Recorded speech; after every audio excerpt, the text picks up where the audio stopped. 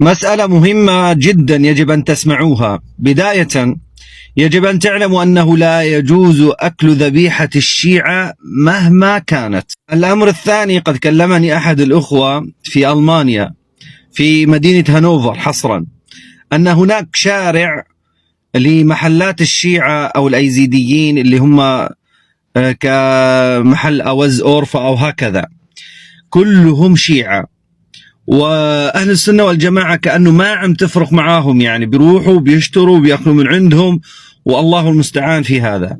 فأنا أقول لكم بارك الله فيكم أهل السنة والجماعة، لا يجوز لكم أكل أي شيء من الذبائح عند الشيعة. هذا سائل يقول هنا في الأحواز بعض الشيعة يوزعون نذور، وهذه بعض اللحم والطعام في أيام محرم وعاشوراء. يقول بعض الإخوة من أهل السنة يأتيهم من هذا الطعام، فهل يجوز لنا أكله؟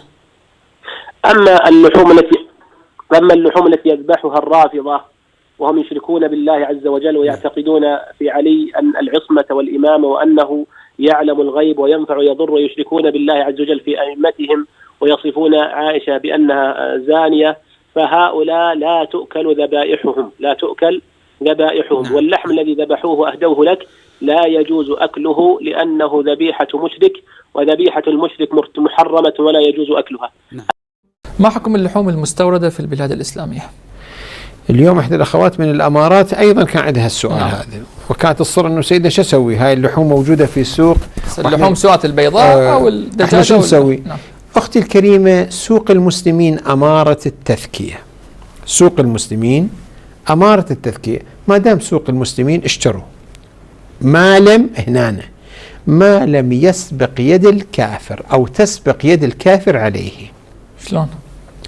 لحم في سوق الكويت أو في إيران أو في السعودية أو في العراق، ولكن برازيلي هندي فسبقت يد الكافر عليه، فهل يقول هنا لا، إذا سبقت يد الكافر في إشكال، ما لم إلا أن أثق أنه برازيلي، ولكن هناك من المسلمين من كانوا مشرفون أو يذبحونه ذبحا شرعيا.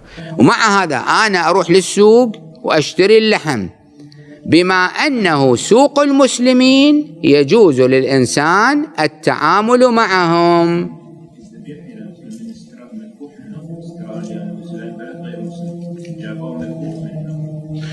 السؤال إذا جيء بالذبيحة من بلاد غير مسلمة، من أستراليا من غيرها، وهناك ذابحيها، هذا اللي قاعد يبيع الآن مسلم؟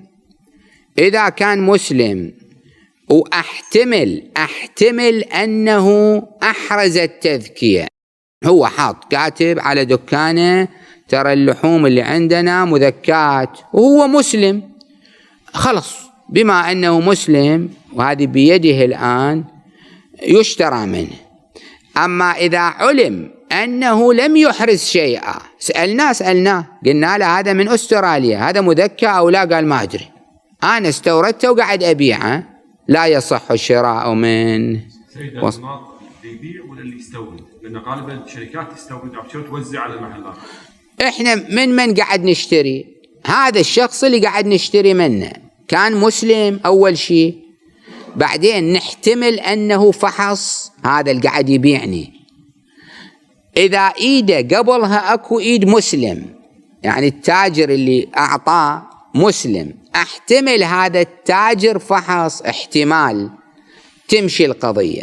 أما إذا أدري لا التاجر فحص ولا هذا فحص، ما لهم شغل بهالكلام، استوردوا ويرجون يبيعون، لا يشترى. وصلى الله على محمد.